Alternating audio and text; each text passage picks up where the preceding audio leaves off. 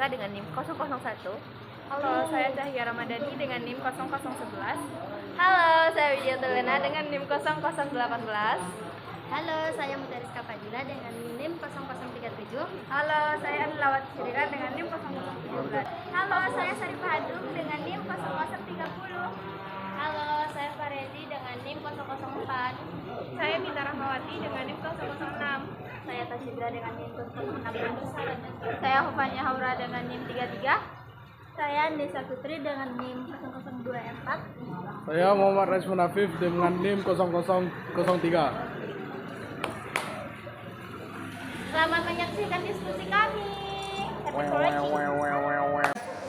Jadi kelompok kami akan memaparkan dan mendiskusikan tentang yang pertama itu mengapa dinasti Umayyah hancur dan mengapa dinasti Abbasiyah muncul.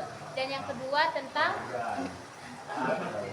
mengapa Bani Abbasiyah identik dengan ilmu pengetahuan, dan yang ketiga tentang kesimpulan dari diskusi kami ini.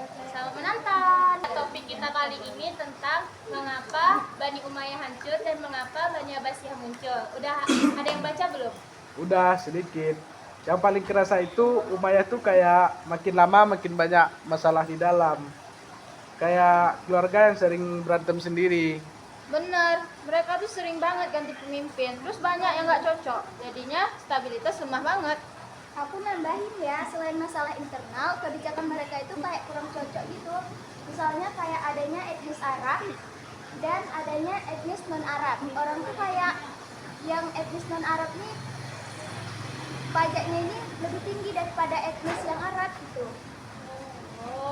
Makanya kelompok Mawali itu gampang banget pindah dukungan ke Abbasiyah. Karena waktu awal mula mereka datang, mereka tuh menjanjikan bahwa semua umat itu nggak ada dibedakan antara non-Arab sama Arab. Tapi bukan itu aja loh, di akhir masa Umayyah banyak pemberontakan, ada yang dari Khawarij, ada yang dari Syiah. Tapi masyarakat umum juga sudah capek karena ketidakadilannya. Aku sempat baca juga invokasi ibu kota Umayyah tidak masuk. Itu bikin mereka terlalu jauh dari wilayah timur kayak Persia. Sementara banyak dukungan buat Abbasiyah muncul dari wilayah timur itu. Yap, dan Abbasiyah itu cerdik banget. Mereka bangun jaringan bawah tanah, pelan-pelan kumpulin dukungan politik, terutama dari daerah Persia. Jadi pas Umayyah lemah, mereka langsung masuk. Masalahnya juga, para pemimpin terakhir Umayyah kurang kuat. Mereka kayak nggak bisa kontrol pemerintahannya sendiri. Coba nggak aja besar, tapi fondasinya rapuh. Terus Abbasiyah muncul dengan gaya baru. Mereka bilang mau bikin pemerintahan lebih adil, lebih ilmiah, dan lebih terbuka. Makanya banyak orang yang percaya. Dan itu terbukti juga nanti. Dinasti Abbasiyah kan dikenal dengan masa keemasan Islam, ilmu maju, kota-kota berkembang, dan Baghdad juga sebagai pusat peradaban. Jadi kalau dirangkum, Umayyah runtuh karena 3 hal besar, yaitu konflik internal, diskriminasi terhadap non-Arab, dan banyak pemberontakan. Sedangkan Abbasiyah nanti karena mereka punya dukungan luas, strategi politik rapi, dan menawarkan sistem yang lebih inklusif. 7. Jadi kayak transisi kekuasaannya tuh yang udah matang secara kondisi. Orang-orang tuh udah nggak percaya lagi sama Bani Umayyah. Jadi pas Abbasiyah datang langsung didukung, ya kan? Iya. Tetapi jangan pernah, guys. Udah. Jadi kan tadi udah kita bahas nih tentang kenapa Bani Umayyah itu hancur dan kenapa Bani Abbasiyah itu muncul. Kita ada pembahasan kedua nih tentang kenapa tuh dinasti Abbasiyah nih terkenal kali dengan ilmu pengetahuannya. Ya, soalnya kadang orang pikir Abbasiyah itu cerdas dari sananya, padahal kan nggak otomatis gitu. Ada kondisi politik dan budaya yang bikin ilmu itu berkembang. Betul, salah satu kuncinya itu mereka mindahin ibu kota ke Baghdad. Lokasinya strategis, dekat jalur perdagangan. Jadi informasi dan budaya dari Persia, India, Yunani semua masuk. Tapi pindah ibu kota aja nggak cukup loh. Yang bikin beda adalah sikap pemerintahannya. Para khalifah itu emang sengaja mendorong perkembangan ilmu, contohnya bikin Baitul Hikmah. Baitul Hikmah itu yang kayak pusat penelitian ya? Ada penerjemahan, ada ilmu astronomi, matematika, kedokteran. Tapi jangan lupa itu juga strategi politik. Dengan dukungan ilmu, mereka menunjukin kalau Abbasiyah lebih beradab daripada Umayyah. setuju. Dan satu hal yang orang kadang lupa, Abbasiyah itu dekat banget dengan budaya Persia. Persia kan punya tradisi administrasi dan intelektual yang kuat, jadi pengaruhnya besar. Benar, terus kelas sosial juga berubah. Mawali yang dulu kurang dihargai di Umayyah, di Abbasiyah justru dilebatkan. Banyak ilmuwan top dari kelompok non-Arab, jadi sumber ilmunya makin luas. Ada faktor ekonomi juga, karena perdagangan lancar, negara punya pemasukan besar.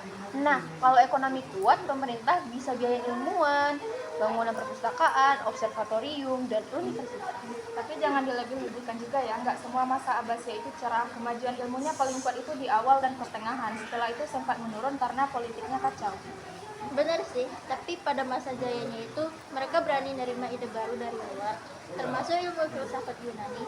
Padahal ada ulama yang nggak setuju waktu itu. Jadi tuh pemerintahan Abbasiyah lumayan terbuka.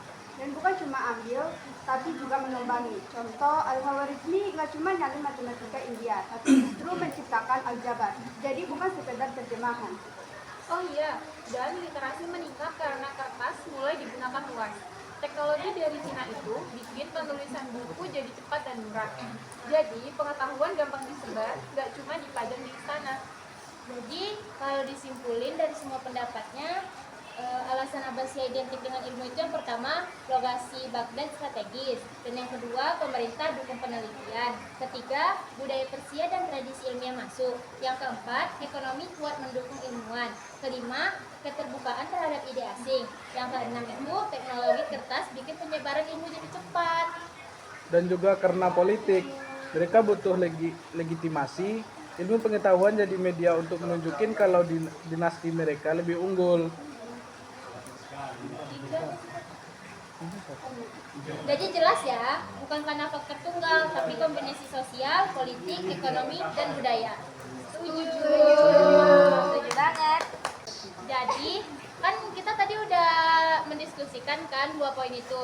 Jadi kalian punya nggak kesimpulan atas diskusi yang kita diskusikan tadi, 2 poin penting itu? Kita mulai dari transisi kekuasaan dulu deh. Intinya Umayyah itu runtuh bukan karena suatu masalah kecil, tapi karena kombinasi dari konflik keluarga, ketidakadilan sosial, dan pemberontakan yang makin banyak. Iya, dan jangan lupa faktor diskriminasi terhadap non-Arab itu besar banget. Itu bikin mereka kehilangan dukungan dari kelompok Mawali, Persia, dan lainnya. Betul, dan Abbasiyah itu muncul bukan cuma karena rakyat nggak suka Umayyah, tapi juga karena mereka punya strategi politik yang matang.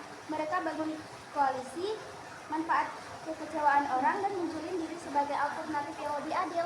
Yang menarik tuh sejak awal Abbasiyah udah nunjukin kalau mereka ingin beda dari Umayyah.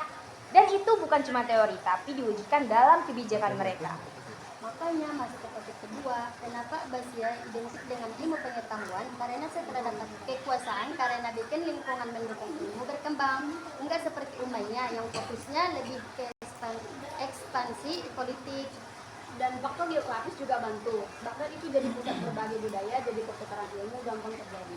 Tapi bukan cuma lokasi, pemerintah Abbasiyah sendiri emang dukung riset dan penerjemahan.